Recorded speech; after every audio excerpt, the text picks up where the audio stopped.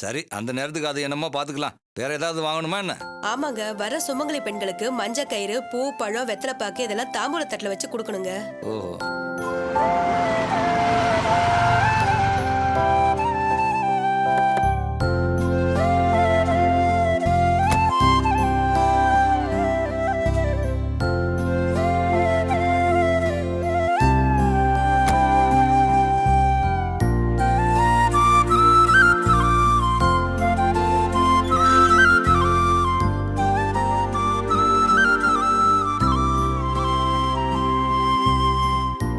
வாங்க, வாங்கம்மா, உட்காருங்க. உட்காருங்க.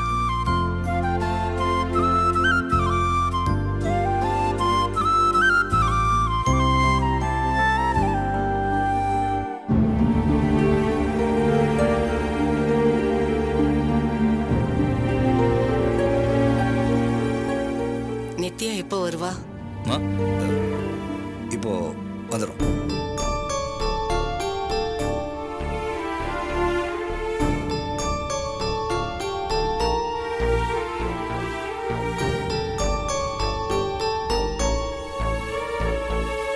மாப்பிள்ள ஆபீஸ் கிளம்பிட்டாரா? ஆ, கிளம்பிட்டார்.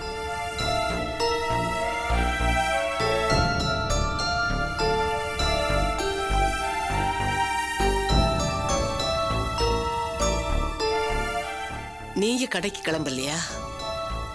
ஆம், போகணும்.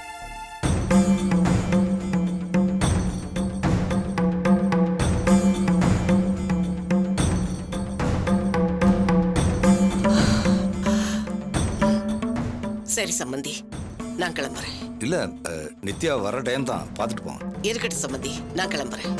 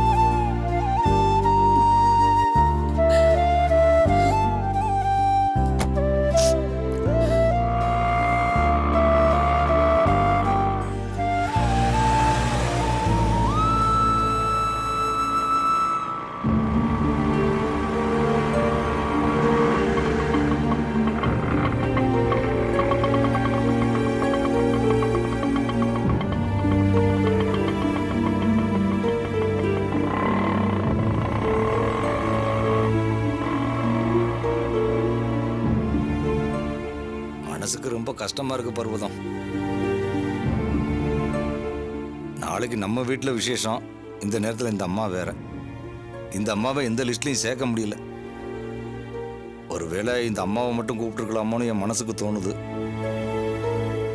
பா, நீங்க வேற சும்மா இருங்கப்பா. இது மோசமான கிழவி.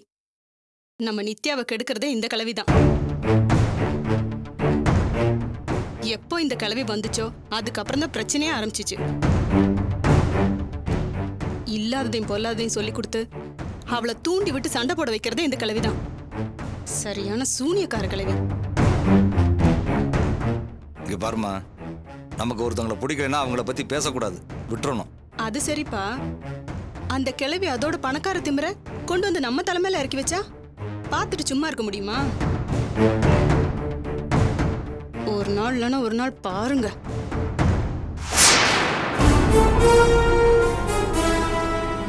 ஏய் நித்யாடி,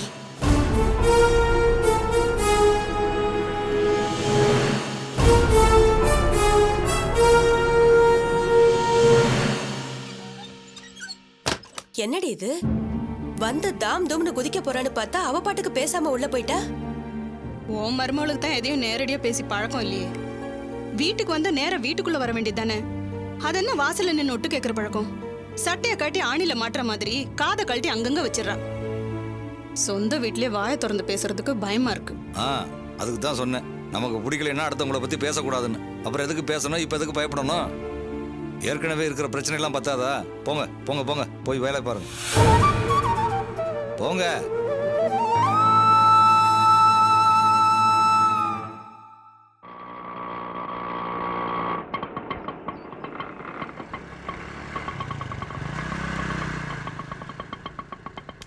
அண்ணா ஆ. கொஞ்சம் வெயிட் பண்ணுங்க, நான் வந்துடுறேன். சரி சார்.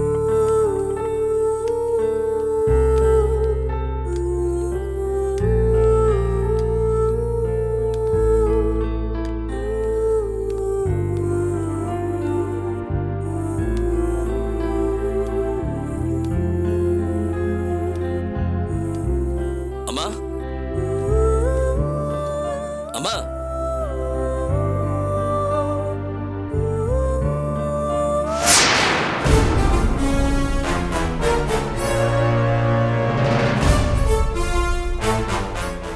அம்மா இல்ல இல்ல, எங்க போயிருக்காங்க?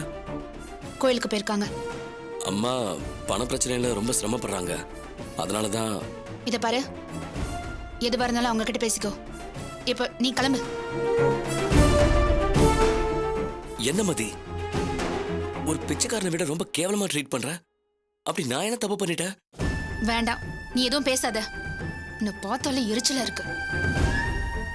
தப்பு பண்ணது எல்லாமே நீ. உன் மேல கோவப்படுறதுக்கு நியாயமான காரணம் என்கிட்ட இருக்கு. ஆனா நீ என்னடானா என்ன பாக்குறப்பெல்லாம் சண்டை போடுற. நானும் நித்யாவும் இருந்தா நடு ராத்திரியில வீட்டை விட்டு போறேன். அப்படி என்ன என் மேல உனக்கு கோவம்? உன்னை சாகுற வரைக்கும் நேர்ல பார்க்க கூடாதுன்னு நினைச்சேன். அங்க சுத்தி இங்க சுத்தி கடைசியில என் தங்கச்சியே கல்யாணம் பண்ணிட்டு வந்து நிக்கிற.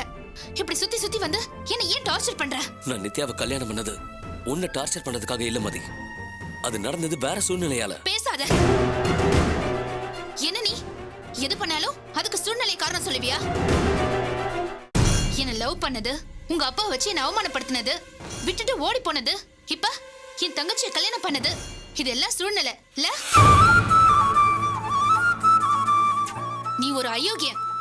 எல்லாத்தையும் திட்டம் போட்டு தான் பண்ணிருக்க.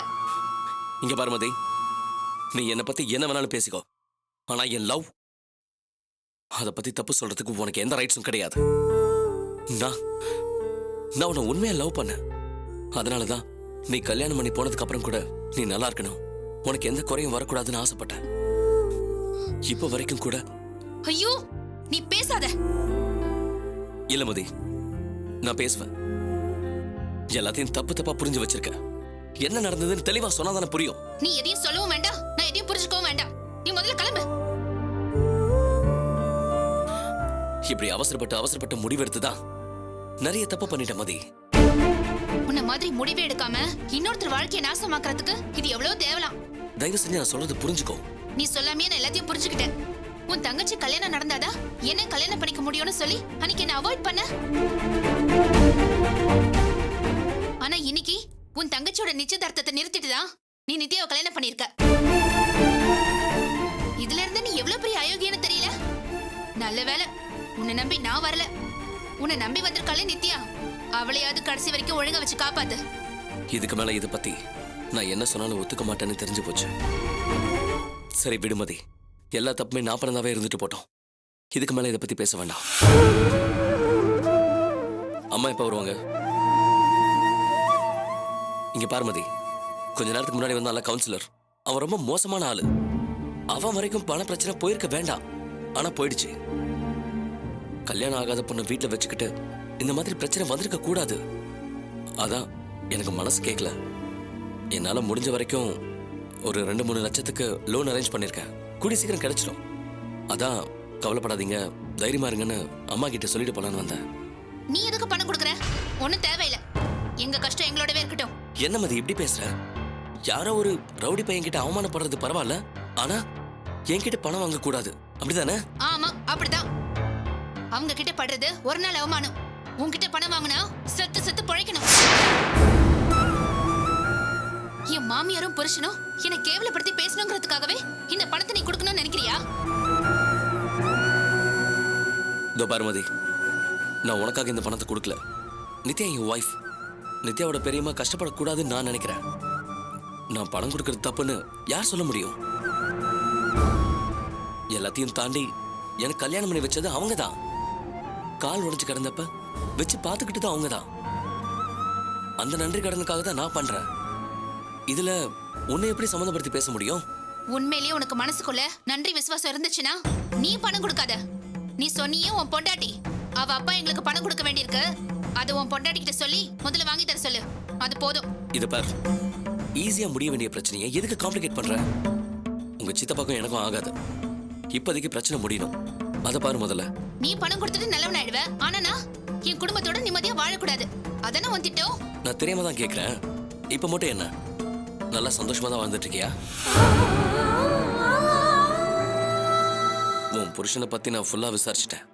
அந்த ஆளு ஒரு இத பாரு, அவரை பத்தி பேசுறதுக்கு உனக்கு தகுதியே இல்ல. நான் என் புருஷன் கூட நல்லதா இருக்கேன். குடும்பம்னு இருந்தா சின்ன சின்ன பிரச்சனை இருக்கதான் செய்யும். அத நான் பாத்துக்கிறேன். அத பத்திலாம் நீ பேசாத. நீ ஒரு துரோகி. உனக்கு என் புருஷன் 100 மடங்கு மேலதான்.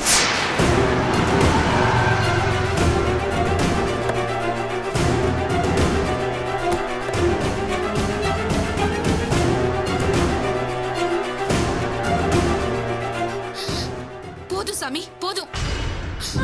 உன்னை நம்பினதுனால வாழ்க்கையில இன்னைக்கு நான் எந்த நிலைமையில நிக்கிறேன்னு உனக்கு தெரியாது.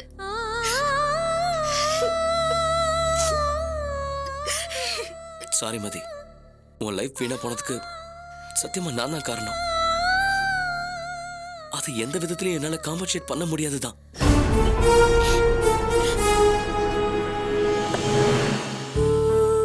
நான் இப்பவும் சொல்றேன் மதி, நான் உன்னை உண்மையா காதலிச்சேன். அது மட்டும் பொய் இல்ல.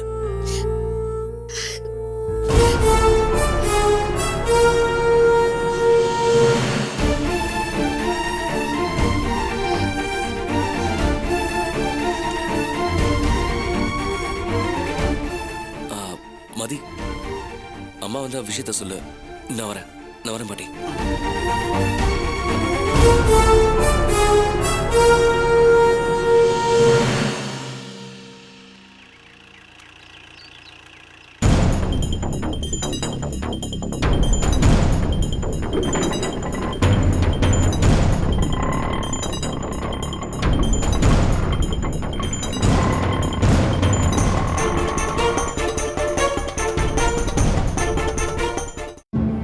ஆமா, நடராஜ் எப்படி இருக்கான்? நல்லா இருக்கேன் பாட்டி. அவனை பார்த்துட்டு போலான்னு தான் வந்தேன். ஆ, அம்மா நடராஜ கூட்டிட்டு கோயிலுக்கு போயிருக்காங்க. சூர்யா அவளும் தான் போயிருக்கா. மாப்பிள்ளை தம்பி எதுக்கு வந்துட்டு போறாரு? இல்ல, நித்யாக்கு நாளைக்கு தாலி பெருக்கி போடுறாங்களா. அத சொல்றதுக்காக கொஞ்ச நேரம் முன்னாடி வந்திருந்தாரு. அப்போ இறந்து போன பையனோட வீட்ல இருந்து வந்து தகராறு பண்ணாங்க. பாபு ஏதோ பணம் அரேஞ்ச் பண்ணிருக்காராம். அத சொல்லிட்டு போலான்னு தான் வந்தாரு. சரிம்மா, வீட்டுல ஆள் இல்லாதப்போ எதுக்கு? அம்மா கோயிலுக்கு போயிருக்காங்கன்னு பாபுக்கு எப்படி தெரியும்? அவர் யதார்த்தமா தான். சொல்றேன்னு தப்பா நினைச்சுக்காதம்மா. நீ விவரம் தெரிஞ்ச பொண்ணு, இந்த வீட்டுக்கு மூத்தவ. எல்லாம் நல்லது கெட்டதும் ஒன்ன வச்சுதான்.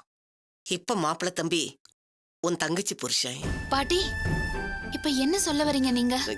இல்ல, பழைய விஷயங்களெல்லாம் நினைச்சிட்டு இருந்தா. இங்க பாருங்க பாட்டி, நீங்களே ஏதாவது சொல்லாதீங்க. அப்படிலாம் எதுவும் இல்ல. இல்லைன்னா சந்தோஷம்தாம்மா. நான் எதுக்கு சொல்ல வரேன்னா, நாளைக்கு ஒரு வார்த்தை வந்துடக்கூடாதுல்ல. என்ன பாட்டி நீங்களே இப்படி தப்பா நினைச்சா எப்படி? நான் தப்பா நினைக்கலம்மா. ஆள் இல்லாத வீட்டுல 2 பேரும் தனியா இருக்கீங்க. நீ வேற கண்ணை கசக்கிட்டு நிக்கிற. அந்த பையன் ஏதோ சொல்லுது. இதையே வேற யாராவது பார்த்திருந்தா வாய்க்கு வந்தபடி பேசுவாங்களேம்மா. இனிமே மாப்பிள்ளை தம்பி கூட ஏதோ ஒரு சந்தர்ப்பத்துல தனியா பேசுற மாதிரி சூழ்நிலை வந்தா கூட அதை நீ ஒதுக்க பாரும்மா. ஊர்ல யாராவது ஏதாவது சொல்லிட்டா உன் வாழ்க்கைக்கும் கஷ்டம், உன் தங்கச்சி வாழ்க்கையும் வீணா போயிடும். பார்த்து சோதனமா நடந்துக்கம்மா. ஐயோ பாட்டி, அது வந்து. இத பாருமதி, எனக்கு சமாதானம் சொல்றதுனால எதுவும் ஆயிடாது. நான் உன்னை தப்பாவும் நினைக்கல. ஆனா மத்தவங்க ஊசி நுழைய இடம் இருந்தா போதும், ஒட்டகத்தையே திணிச்சிருவாங்க. அதுக்கு நாம இடம் கொடுக்க கூடாது. இத பாரு, பழைய விஷயம் எதுவுமே மனசுல வச்சுக்காம சுத்தமா அழிச்சு. பாட்டி, நான் உன் நல்லதுக்கு தான்மா சொல்றேன். அதை மட்டும் புரிஞ்சுக்கோ. சரி, அப்போ நடராஜ் வர்றதுக்கு நேரம் ஆகுமா? அப்படிதான் நினைக்கிறேன். சரி, நான் போயிட்டு அப்புறமா வரேன். வரேம்மா.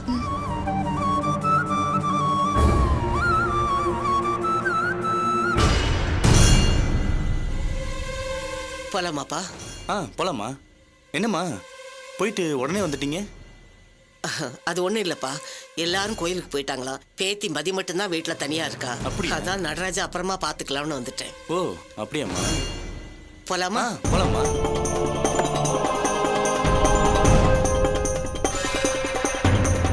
பாத்துமா.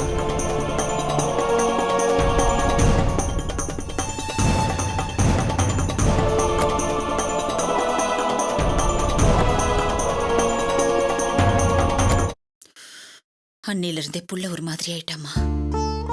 எனக்கு அவன் பணம் காசெல்லாம் சம்பாதிக்க வேண்டாம், அவன் ஒரு குறையும் இல்லாம இருந்தாலே போதும்மா. அவன் வீட்டுக்குள்ளே இருந்தா ஒரு மாதிரி ஆயிடுவான். அவன் எங்கேயாச்சும் கூட்டி வந்திருக்கலாம்ல. இப்பதாம்மா நட்ராஜையும் சூர்யாவையும் கோயிலுக்கு கூட்டிட்டு போயிட்டு வந்தேன். எங்கேயும் அங்கேயும் கூட்டிட்டு வந்தா ரொம்ப அலைச்சலா போயிடும். அதான் சூர்யாவையும் அவனையும் வீட்டுக்கு அனுப்பிச்சு வச்சுட்டேன். சரி, டாக்டர் என்னதான் சொல்றாரு? அதான் அந்த பையனோட இறப்பு அவன் அடி மனசுக்குள்ள போயிடுச்சான். டாக்டர் அவனை நல்லா ஓய்வெடுக்க சொல்லியிருக்காருமா. சுந்தரி, அதெல்லாம் சரி பண்ணிடலாம், நீ ஒன்னும் கவலைப்படாத. உங்களை மாதிரி விவரம் தெரிஞ்ச எல்லாருமே இதேதாம்மா சொல்றாங்க. அது ஒண்ணுதாம்மா மனசுல நம்பிக்கையா இருக்கு. சுந்தரி, எப்பவுமே நம்பிக்கையை மட்டும் கைவிட்டுட கூடாது. எந்த பிரச்சனையுமே அந்த ஒரு செகண்ட் மட்டும்தான் பெரிய பாரமா இருக்கும். ஆனா அதுக்கப்புறம் அட போடா இவ்வளவுதானான்னு தோணிடும். நீ தைரியமா இரு, அது போதும். அப்படிதாம்மா ஓடிட்டு இருக்கேன். அம்மா, இந்த பிரச்சனைங்களால உங்களை வந்து பார்க்க முடியாம போயிடுச்சு. ஆளே இல்லாம நீங்க ரொம்ப சிரமப்பட்டிருப்பீங்கல்ல. எல்லாம் சிரமம்தான். அதுக்காக இவ்வளவு பெரிய பிரச்சனை நடந்துட்டு இருக்கும்போது எல்லாத்தையும் போட்டுவான்னு எப்படி சொல்ல முடியும்? அந்த அளவுக்கு மனசுல ஈரம் இல்லாம இருக்கேன். அப்படி இல்லம்மா, வேலைக்கு வரலன்னு எல்லார் வீட்லயும் போய் சொல்லிட்டு வந்ததுமே அவங்க புதுசா ஒருத்தரை சேர்த்துக்கிட்டாங்க. இப்ப என்னோட கஷ்டமான சூழ்நிலைக்கு வேலை வேணும்னு அவங்க கிட்ட போய் நின்னப்போ அவங்களால தர முடியலம்மா. இங்க பார் சுந்தரி, இந்த வீட்டை பொறுத்த வரைக்கும் உனக்கு எப்பவுமே ஒரு இடம் இருக்கு. நான் உயிரோடு இருக்கிற வரைக்கும் அதுக்கு நான் கேரண்டி.